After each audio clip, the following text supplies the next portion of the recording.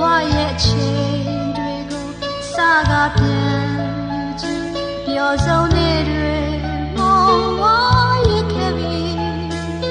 ရင်ခုန်သံတွေကိုပြန်ကြတဲ့ခိုင်မှာ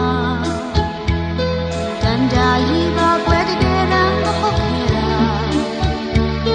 ရနာတဲ့ကံကိုကိုမယုံချင်ဘူး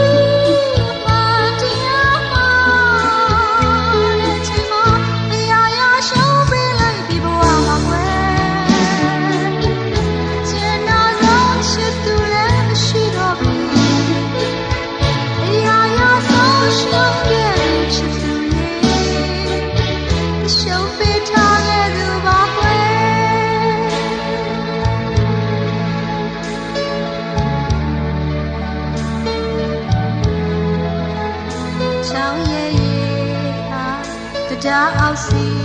မှာမတည်မြဲခဲ့ပါစီစင်ပြောက်ွယ်ချစ်တစ်ခုကိုယုံကြည်ရှိုက်မဲ့သူမြတ်မမျောမှန်းသမျှတွေကုန်လုံးမှားခဲ့ပြီနေပြောစရာ